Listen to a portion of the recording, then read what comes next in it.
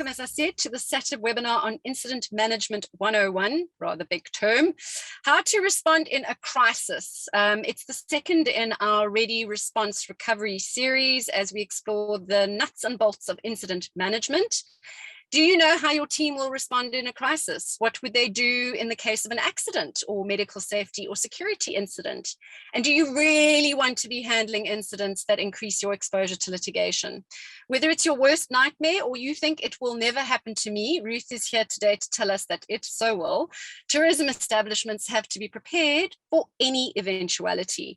So when the industry is in full swing, SATIV 24 Crisis Call receives on average 50 calls a month. I have seen some of those reports.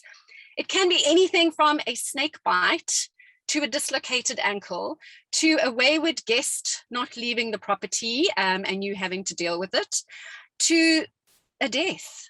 So really, you need to try and make sure that you are prepared for those incidents. And of course, it will and it can happen to you. So joining me today to unpack this are Ruth Matlief, once in Cape Town, Lucien Niemann from SATIV 24, and Stefan de Beer from Martin and de Beer Attorneys. So Ruth is a newbie on our SATIV webinars. I hope it's not the last time that we have Ruth, but Lucien and Stefan, you have seen often on our webinars, so I know that you're going to get great value out of today's session with us. And as usual, if you have any questions, please feel free to put them in the Q&A folder at the bottom of your screen. And if you just want to have a bit of a chit chat and let us know what's happened in your life from an incident management perspective, our chat is open, as you have already discovered. So Q&A folder for questions, chat for chatting, essentially. So I think let's start with you, Lucien, because I know that you deal with all sorts of weird and wonderful incidents that typically befall establishments, organizations, experiences, especially over the busy season. Tell me a little bit about the everyday to the catastrophic. What kinds of incidents do you come across? Okay, well, look, from the everyday, obviously, you've got your general type things, foreigners. The majority of what your tourists will experience is what we call traveler's diarrhea. That obviously happens a lot, and people think, oh, it's nothing too critical. Look, obviously, when you're in a city and when you're in an urban environment, it's not something that you really need to be too concerned about, because obviously, you're very close to pharmacies, you're very close to doctors. It's very easy. But when you start heading a little bit further out, into your more rural areas, your safari and tourism, up into the game reserves, yeah, there it becomes a bit different, especially when you've got, people that have come from overseas. They're coming into our summers. They're not used to this heat. Now they've got the diarrhea, which is leading to dehydration and electrolyte imbalances. And so everybody ignores it. And then suddenly it becomes very critical very quickly. So that happens a hell of a lot, believe it or not.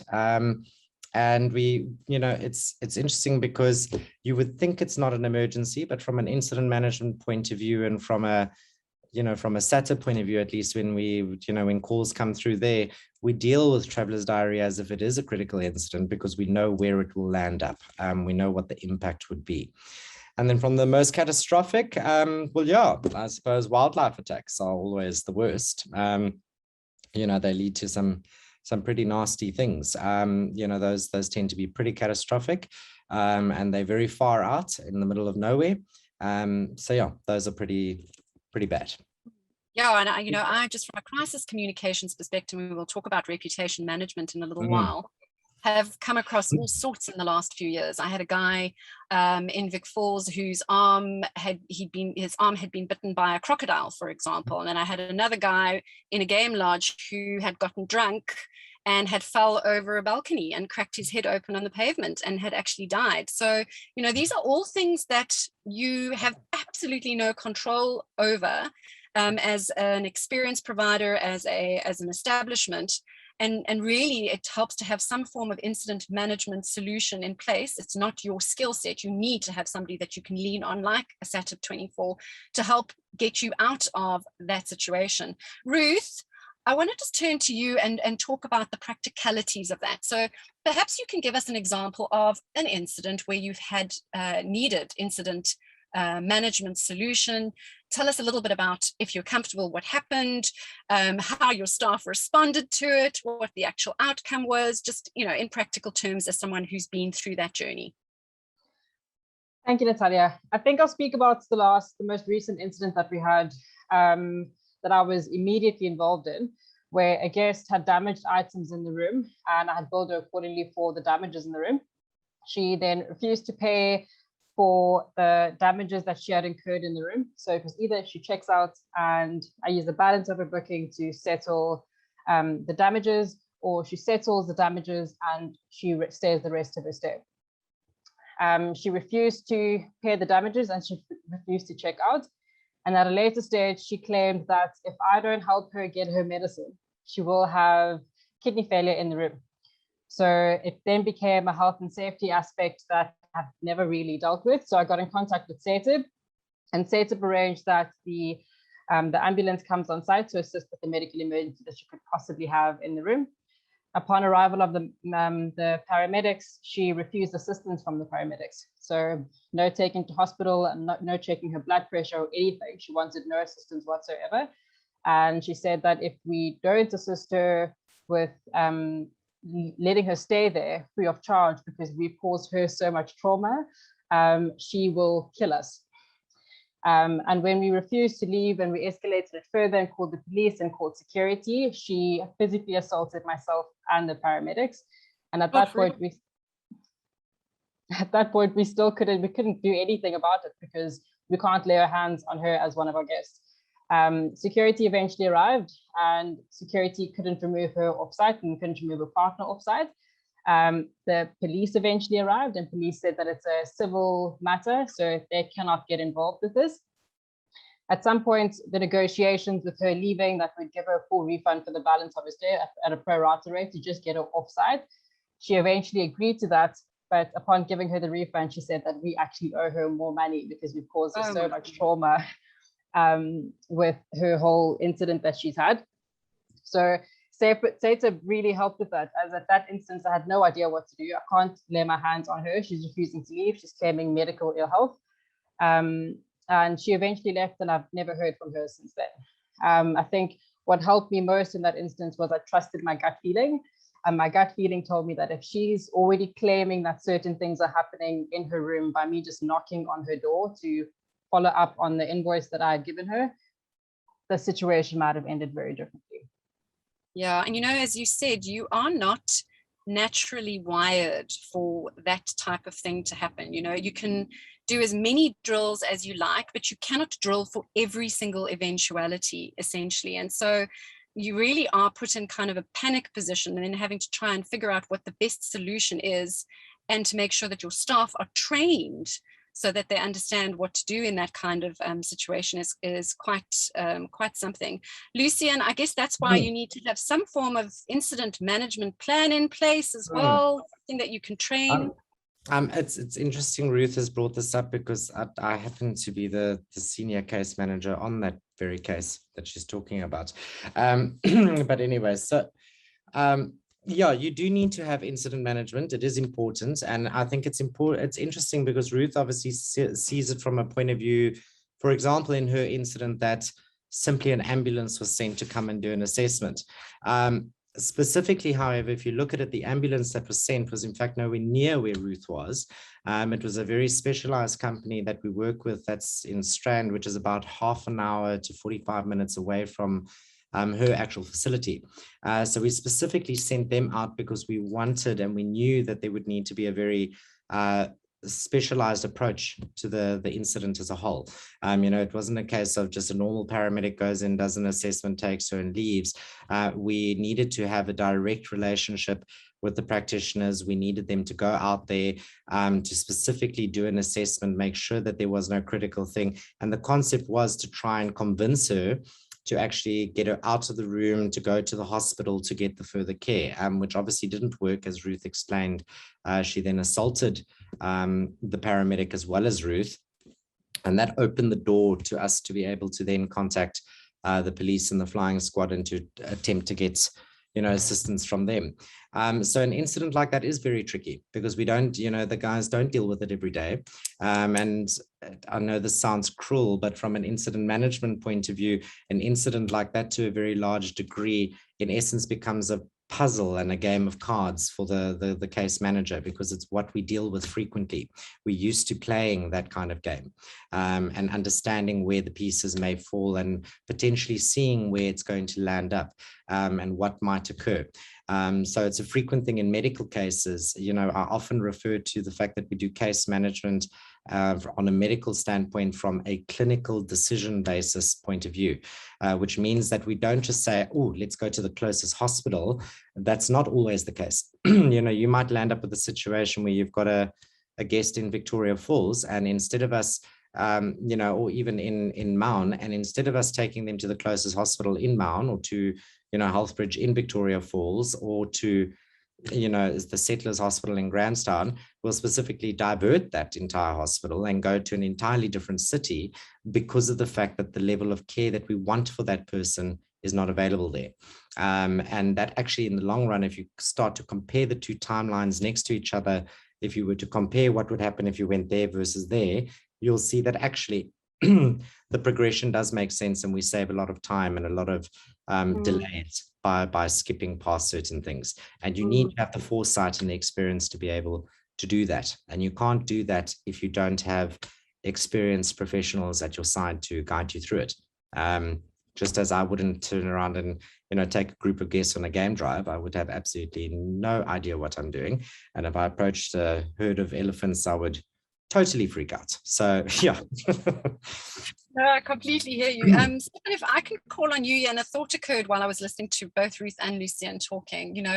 So Ruth and a staff member were physically harmed or violated, essentially. And I'm thinking from a liability perspective, we often think about maybe the guest wanting to hold the property liable, but I was also just thinking from a staff perspective, or a guest perspective. If that person had hurt another guest, or if that person had hurt a staff member, and the staff member had sued the property, I mean, what legs would Ruth have been able to stand on, essentially, to kind of get through that? Or am I smoking my socks? No. In fact, we've got labor laws and legislation in South Africa specifically that provides for incidents where we call it the workman's compensation. I'm not a labor law expert myself, but have dealt with a few labor matters that involved, amongst others, incidents at the place of work. So from the one side of the coin being with Ruth, and if her staff were to be assaulted, or if they suffered personal injuries or harm as a result, there would most certainly be a claim to be lodged against or with the Workmen's Compensation Fund for them to pay out whatever harm or injuries were suffered, and to tend to the relevant medical bills, etc. But that does not preclude anyone from claiming additional amounts from the employer. Although that's the go-to and the main the first line of defense for every and any employer, that does not necessarily mean that that's the end of the story. Should that guest, for example, proceeded to insult or injure anyone else on the property, be it guests or visitors, then the reality is there's a possibility of a claim against Ruth and the establishment. The main question would be, did the establishment act negligently or intentionally act in a way that led to someone suffering harm or damages or losses or injury? Now, that would ultimately come down to a factual question. So that would essentially come up during litigation from a legal perspective. I mean, surely there's negotiations beforehand and so on, but it comes down to a court having to make a decision on that front. I was reading yesterday, read case law on a new judgment in the Free State High Court. I practice from Bloem, and there was a doctor in 2019 who went for a walk, and she ended up hurting herself after she fell into she stumbled over a water meter reading box, if I can call it that.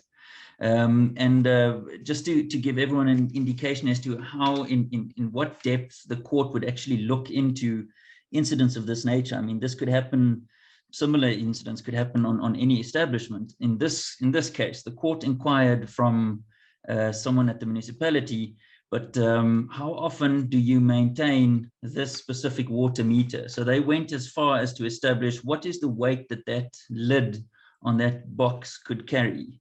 How often do they tend to maintenance of that lid on that specific box? Is it possible that one of the employees failed to close the lid, which led to someone stumbling into or across that specific box, and which led to the injuries? And the court ultimately found that the municipality is liable. Simply because, and one must ask yourself, I mean, how many water meters are there in a single city? And even such a small thing as a water meter, the lid of which was not closed properly or possibly not maintained well enough, led to a claim by a medical doctor. So even though the quantum of that claim has not been decided yet, the court found 100% in favor of the doctor or the claimant in that instance. So from a legal perspective, even though in the incident itself, I mean, even though us as attorneys consider ourselves to be superheroes, unfortunately, by the time it gets to the incident, it is best to leave it to the experts that have on-the-ground experience, that are able to assist you on, especially Lucian and them, that when it comes to, for example, medical issues and so on, attorneys would, I would advise everyone and anyone listening to this and joining us today, that we need to make sure that your things are in order before we get to the incident, because by that time nothing can be changed. Even if, and in the example that I mentioned just now, even if the city tended to all the other water meters, the failure to attend to that one water meter led to a claim, and I can assure you that claim will run into the millions. So from a legal perspective, to ensure that everything you do from your side before you entertain your guests, if you've got maintenance, things that need to be maintained, I know that from a tourist perspective, we tend to look at the aesthetically pleasing side of things, but what about the functionality? What's the purpose? There's cases in Cape Town, I read another case in Cape Town where someone was, despite numerous signs on the public pool that said, you can't slide head first down the slide into the pool. Even admitted to seeing the sign, but he didn't really care about it at the moment. And still, the city of Cape Town was found liable because they didn't ensure that the water level in the pool was high enough to prevent an injury. And in that instance, it was by 0.75 of a meter. So it's 75 centimeters. If the water level was 75 centimeters deeper or higher, then that catastrophic injury would have been prevented.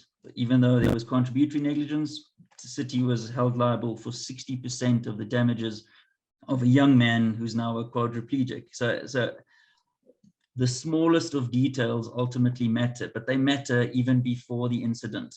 The court will always look at what was reasonable and what was reasonably foreseeable.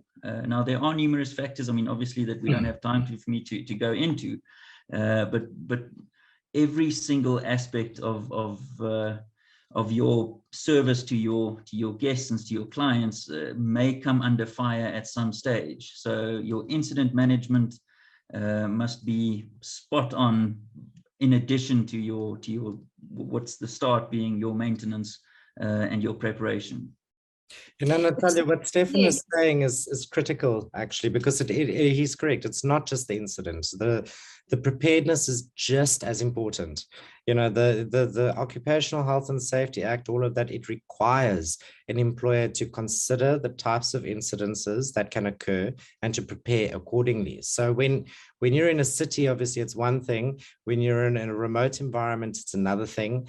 And that's where the incident management side does come in. It's critical to prepare, to consider, and then to plan for it, to make sure you've got the systems in place. In fact, Paul asked a very valid question, asking, is there a framework document for incident management? Because it's the fact that there is actually a framework. There are actually principles that guide incident management and tell us how to do it to a certain degree. And that comes from preparation and planning and training. Yeah, because you've also got to Stefan's point, you've got to show that you have made, what's the word you always use, Stefan? Fair. I love that. You always tell me fair. What's fair? Fair is like a moving target for me. But Yeah, anyway. Fair and reasonable, which is also a rather strange thing. And when it comes to incidents of this nature, where people suffer injuries to themselves, which leads to additional losses, one of the court's go-to words would be, was it foreseeable? And was it reasonably foreseeable? So it's easy for us. There's another case that I've just quickly browsed over in preparation for today's webinar, where hang gliders apparently weren't registered with the relevant authorities. And even though these oaks have been operating for a whole number of years, the question was posed not to the operator themselves, because surely their pockets weren't deep enough, but it was a British tourist who went after, amongst others, the Civil Aviation Authority, stating that you ought to have foreseen the fact that damages could have been suffered or injuries could have been suffered by someone as a result of you allowing someone operating without the relevant permits and licenses. When we get to the court, the incident management part would essentially be the second hurdle that anyone would have to cross. So how you went about handling the incident, that would be the second hurdle. The first hurdle that you as a defendant in those instances would have to avail yourself to and make sure that you can cover would be what did you do beforehand, even before the incident. So the mere fact, as I just mentioned, the mere fact of putting up warning signs is not sufficient. Could you reasonably have foreseen that someone may run on a patio that may be wet on certain days and then fall and injure themselves? In some instances, courts have found that you aren't negligent because of facts that goes beyond what the material is, what material was used for the tiles on that specific patio or veranda. So there's numerous things. So it comes down to your specific establishment, your specific situation, what is reasonable and possibly foreseeable in your specific set of circumstances. So we've had a couple of really good points in the chat. Loretta said, I believe it's important to send out a risk assessment questionnaires to regular suppliers such as accommodation sites, and I think that's masterful. And Lauren has said, are you going to help us with that incident plan? Lauren, just as I'm listening to everybody talking now, I think what we probably need to do as part of the SATIP webinar, and I'm giving my team some work, so they're going to clap me after this, is give you a bit of a checklist of things that you need to be thinking about before the incident actually happens, and then what the elements of an incident management plan are afterwards. So things like having on-site first aid, managing the scene, activating and coordinating appropriate assistance, even crisis communication, which is very much in my wheelhouse. I think about the number of holding statements that I've had to write just in case somebody from media picks up, like your friend Ruth, who quite clearly had an issue, not sure what it was, but she could have gone out in social media and made your life a living hell. Or she could have got hold of media from her home country and told them a nice long story. And your reputation would have most certainly been damaged and through no fault of your own. So all of those things are things that you can put in place prior to any incident happening, so that when it happens, you press the green light and SATIP 24 sweeps in to the rescue, hopefully. Absolutely. Mm-hmm. Okay. Right, let's have a look at some other questions that have come in. So David said, as a private property, why can't you ask them to leave? And why can't police take action after assault? Lucien or Stefan, anything there that you can add to that? Look, from the assault point of view, I can tell you that I wholeheartedly disagreed with the police with regards to that. They really did need to do something, especially after they actually verbally and in front of witnesses threatened, both Ruth as well as the paramedics' lives. That was reported, but the police legitimately did nothing. And that's something, unfortunately, that there's not much we could do. And it was at that point where we organized private security, which is what Tyron is referring to there. So we then got a private security contact an agent to actually come out, because the police obviously failed to assist. But yeah, so I'm not sure why the police didn't assist. I'm sure Stefan will agree that the police should have done something, especially the fact that, you know, the paramedic as well as Ruth had problems. They reported it to the police. They wanted it to be dealt with, and it was ignored in essence. So, yeah. Yeah, unfortunately, that's one of a number of examples I can pull up myself, where I've had clients who went to police stations under various circumstances requesting to open criminal dockets for, amongst others, assault, and the police simply refused, stating that it's a civil issue. They tend to chuck the ball back into the hands of the civil courts, when in fact they were, in my opinion, with the limited facts and information available to me, that was wrong. They were supposed to assist in the moment. That is ultimately what their job is. Opening a docket separately and tending to additional admin, I mean, that's something else. But in that moment, the mere fact that there was assault, apart from physical assaults, but the mere threat of an assault or death constitutes a criminal offense, and that would ultimately allow the police, or in fact force them to act in the moment. Their failure to do so is, however, unfortunately not uncommon. So there are other civil remedies that one could follow in that specific case. I've had a number of instances where we approached courts on an urgent basis for immediate eviction or spoliation applications, whereby you claim back possession of property or items or establishments, entire establishments. I mean, that all comes down to the specific set of facts.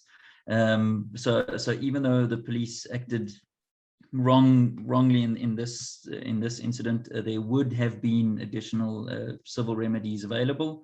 But it is absolutely shocking that Ruth and them had to go through that, and the one institution that's supposed to help simply refused. Chucked it's the civil court issue at your door. I mean, that's just ludicrous. You know what the thing is, though, there's a critical element that I think we always focus on the liability, and we focused on the possible lawsuits and the courts and all that. And yes, absolutely, that's critical. But there's a critical element that I think most employers and most shareholders and directors of a company forget. And specifically, you look at Ruth. She was the general manager. She was in charge. She was there. She took charge of this incident. She had no idea what to do. She was thrown into the deep end. Most general managers and most managers of a property are found in exactly that same position when they're dealing with an incident. And I think what everybody forgets is the huge amount of emotional trauma that causes them. They're not trained to deal with that. They don't deal with that. And as Ruth will tell you, we, at the end of that incident, immediately made trauma counseling available, not at her request. It was provided because of the fact that we as an organization, as the organization acting on behalf of the insurance of the employer, recognize the fact that this employee is possibly traumatized and needs to be attended to, and we offered that. And that is the key difference between having an incident management provider that's there, because that incident management team is also very much looking after the general manager that's on the ground. We're looking after everybody from the employees to the guests to the patient. And it, in fact, went a step beyond that, which Ruth wouldn't know, but we also reached out to the company, to the paramedic that was assaulted, and offered her trauma counseling as well as a medical assessment, because of the fact that she was assaulted and injured on the property of where Ruth and them were, despite the fact that we asked them to go there. But that was the point. They were there as in inverted commas, subcontractor, a service provider to the organization, and something occurred to that paramedic that was there. And specifically, she was a female paramedic. So there's also that, gender-based violence kind of consideration, and there's that heightened essence. So and that's the point. Most people wouldn't think to go and offer this to the service provider as well as to the manager to, consider these things. And the directors wouldn't necessarily be aware of it because, well, the general managers deal with the problem. They deal with the problem, they manage it, and then next thing 2-3 weeks down the line, they're suffering from acute stress disorder. And then next thing, 6 weeks down the line, they've got PTSD. And then suddenly you've got a major, issue and claim on your hands because as the employer, you didn't consider the vulnerability that the staff member had. You didn't consider or plan for that fact that they may have to deal with that. And you didn't attend to it. You were just like, well, the guest is okay. The guest is gone. The room is fine. But there is an after effect that also needs to be considered. Yeah, on that point, I mean, there's a number of cases that one can refer to where the result of an assault, I'm just the one popping up on my head at the moment, is a case where a teacher in a public school was assaulted with a hammer by one of the students. And although she suffered serious physical injury, the injuries healed, but she was ultimately awarded quite a substantial amount of money in compensation due to the traumatic nature of the experience, due to the psychological effects it had, so much so that she had to quit teaching.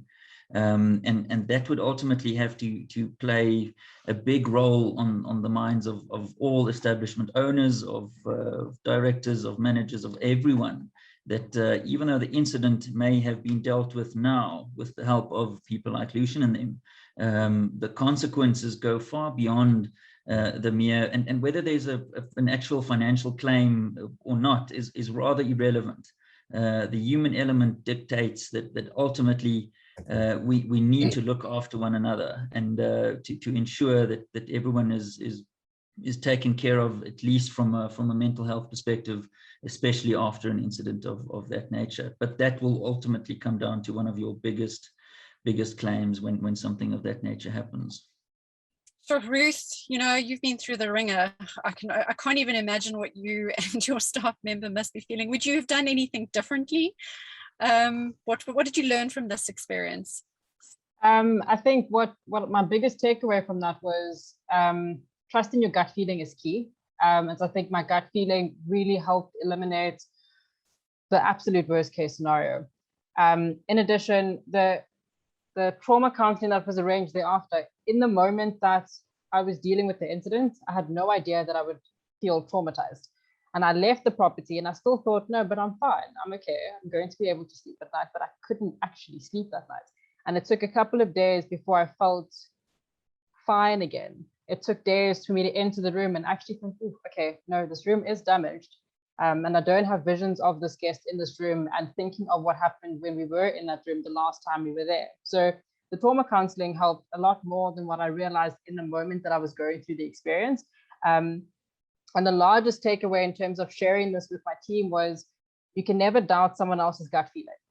And with staff, they might indicate that someone is just off, but it's an attitude problem and they just don't want to deal with that. But if something really does not feel right, I now know that if I can't deal with it, the SATEP is available. And SATEP guided me through the entire process, even when I thought, but this seems a bit ridiculous. They guided me through that entire process. So I think the gut feeling is key, and admitting that you can't really handle this and you need further assistance. Yeah. I wonder if maybe Lucian, you can just give us an idea of some of the things that one should have on, and maybe Stefan, you'd also like to weigh in here, some of the things you should have as a checklist for incident management. So like making sure that you have an incident management company on speed dial, having an emergency response plan in place, putting a crisis comms plan in place, having standard operating procedures. What are some of the, if I walked away today and I wanted to do something tomorrow to make sure that I was incident management ready-ish, what would some of the things be that I'd need to put in place? Okay, so first of all, what I'm going to say with regards to incident management planning, because I can see a lot of people asking for the framework and all of that. It's very important to understand that incident management frameworks, and in terms of what we call the ICS principles, are obviously a guiding, they're there, but you've got to develop a plan individually for each property and each thing. There's no definitive step 1, 2, 3 that will ever guide you through an entire incident. It will start you off, but you will always need to consider and carefully do a risk assessment based on your environment, your team, your setting, and then from there it will give you a response. But if I were to give absolute critical points, obviously, yes, an incident management team is great. Not everybody, however, can, number one, afford that. Not everybody can, have access to that. Everybody's got a different kind of reality. What I do recommend, however, is that as a starting point, you should always know who you need to phone. If you've got a medical emergency, know who your local emergency providers are. You'll be shocked how many people don't. We deal with incidences where there's been an emergency and somebody's been bitten by a snake, or somebody's been, had a stroke or a heart attack, and they're like, oh my God, what number do we actually dial now? And you'll be surprised how many people dial 112, which is the government services. And that's really not the people you want responding to you, when you're dealing with an emergency. So knowing who to phone in terms of medical security, that's really important to have that information. That's the starting point. Second thing is to obviously know who your insurance provider is. The amount of general managers that do not know who the insurance provider is for a lodge, or for a hotel, or for a tourism operator, or for a vehicle. I mean, vehicles are important. If you're in a motor vehicle accident, there's third-party claim liability, all of that. And those will often pay for hospitals and expenses and all of that. And they don't know who insures them. It's very important for the people that are dealing with an incident to know who the insurer is and to have access to that document. The biggest reason is because you'll find that there is an incident management team embedded in that policy. Most insurance policies will always have an emergency assistance provider somewhere. Somewhere in the document, there is an emergency telephone number. And if you dial it, you will get through to an emergency team. So obviously, like for example, in SATIP's policies, the SATIP 24 number is provided. It is in there. It is standard. If you're dealing with Hollard, for example, it will be similar. Will you have the same level or the same standard of incident management? No, most probably not. But the reality is it's some advice and some professional guidance is always better than nothing. So who to phone in terms of your first responders, that's critical. And who is your insurance provider? You need to have that information readily available 24 hours a day. And lastly, in terms of your staff, I know this is going to sound strange, but most people don't understand how WCA works or anything. And when an incident happens, I can tell you there's one document that you're definitively going to need, and that is your WCL2, which is your employer's report of an accident. If that form is not completed and it is not readily done by the time the ambulance gets there, you're going to have a problem. That staff member is going to go nowhere. Your liability goes through the roof and you've got big issues. So that form must be completed, and your managers must have what is called your compensation fund number. But I'll put a list together as you've. Brilliant. Thanks, Lucian. And I think just from my side, from a crisis communications perspective, having been involved in a few of these incidents, that is also something you can plan for ahead of time. And I'll happily share a crisis comms framework with you. But essentially, you deal with the incident and you have the psychological counseling and you get through it. But the lasting impact of reputational damage is something that will take your brand forever to get back, essentially. So you want to make sure that you have a crisis communication team in place. You want to make sure that you have some holding statements in place predicting what potentially could be a risk for your business, so that you are proactive about providing information to the media and to stakeholders without them having to look for it. Because if they have to go and look for the information, they are going to get it from places they should not be getting the information from. So in that information vacuum, they will find all sorts of weird and wonderful facts that will position your company, your brand, your experience in a negative negative light, and you really want to take control of that within the hour of that incident being found happening, etc. It's one of the first things that you would have to do. So we will share with you a crisis communication template.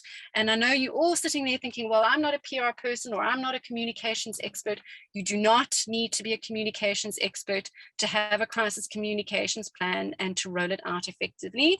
But you do need to be prepared. So that is something very practical that you can put in place quite easily with your team to make sure that you are managing your reputational damage.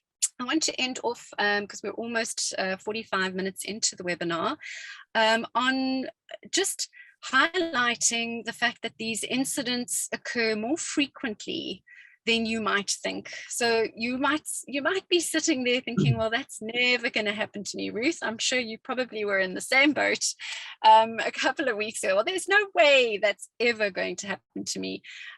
Staff are not geared for those incidents, and really operators should be transferring that risk and liability exposure to experts. So if there's one last takeaway that you would like to leave with everybody who's on this call as a practical thing that I need to focus on to make sure that I get my incident management house in order. All of you, what would that one takeaway be that you'd like to impress on our audience today? I'll start with Stefan. Okay, it seems as if though, on my screen at least, that there's a the attorney starts with your preparation. Ruth is the one in the incident, and then Lucy and then comes in to manage the incident. So it's just as if though there's a, on my screen at least, there's a flow of the incident itself. So from my side, particularly preparation, that is key. It goes far and beyond the mere massive incidents that we hear of once in a while in the media in one way or another. Is you must make sure that your business, your property, your staff, that everything that you are involved in when it comes to serving your guests is taken care of properly. Do you have a maintenance plan in place? Does it extend beyond the mere aesthetics? Your staff, are they trained properly? Obviously, these types of incidents, as mentioned, is not something that one could necessarily be trained for, and even if you were, it would be difficult to respond under the circumstances because it would happen once in a lifetime, possibly. That's why you've got the experts, but in the bare minimum, is your staff trained for what they are supposed to do for your guests? Do they know, as Lucian mentioned, the numbers of the people that they should phone, the insurance details, etc.? But beforehand, you must make sure that your agreements are in place, because I've had an incident rather recently where, even though, and that connects to the point that you've made with regards to crisis communication and publicity management and PR risk, Natalia, is where even though I as an attorney was called rather instantly, my role was on the background, merely tending to the contracts and renegotiating things to get our possible liability exposure at least limited to an extent. But most of the incidents that land up on my desk, at least in the moment, comes down to PR issues. And the best way to mitigate your PR issues from a legal perspective, at least, would be to ensure that your establishment complies with whatever laws and regulations are required, that you maintain your property and your assets properly in order to make sure that should something happen in future. Because again, I mean, the cases I've mentioned, no one would have thought that one out of how many hundreds of thousands of water meters could lead to a multi-million rand claim. So make sure that you go through your business in detail, understand your risks, see and identify what is foreseeable, and plan accordingly. It doesn't cost a lot of money to ensure that you know what your risks are and to plan with the resources available to you. That's my 2 cents on that. Thanks, Stefan. Ruth, from your side? I think I've mentioned this quite a few times already on this call, but your gut feeling, it's seldom that it will lead you wrong. And it's helped me in the last few incidents that we've had, and I can now rely a lot on my gut feeling. And I've parted that onto my team so that they're aware that when they do have that gut feeling, they have steps to follow with incidents that we're familiar with. But the unfamiliar incidents, they know who to contact. So that gut feeling and trust in that gut feeling is key. And lastly, Lucian, from your side. So I'm going to carry on from Ruth's thing. That gut feeling comes obviously from experience quite heavily. The more incidences you experience, the more you learn. But I think it's important to understand that no matter how much you learn, no incident will ever be the same, and they never follow the same path. And when you start landing up with situations like we frequently have, where you've got blockades and you've got hurdles that suddenly come up in the middle of an incident, knowing how to respond to those and how to adapt and how to adjust is critical. So no matter what incident management plan you have, we're following a step 1 to 3, go, contact this ambulance, go to that hospital, and all will be well. That's not necessarily going to happen, and it doesn't always go according to plan. So hence, from my point of view, it's very important to make sure that you do have experts and professionals that you can lean on to assist you in that moment of response, because they'll know how to adapt and how to adjust.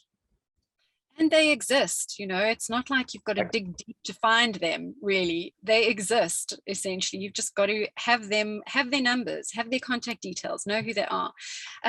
Natasha, thanks. SATIV24 has an internal WhatsApp group that alerts SATIV brokers of their clients' emergencies to support the SATIV client when necessary. So that's great. You will have access to your broker. And lastly, Andrew, your question, this has been very useful and informative. I'm glad.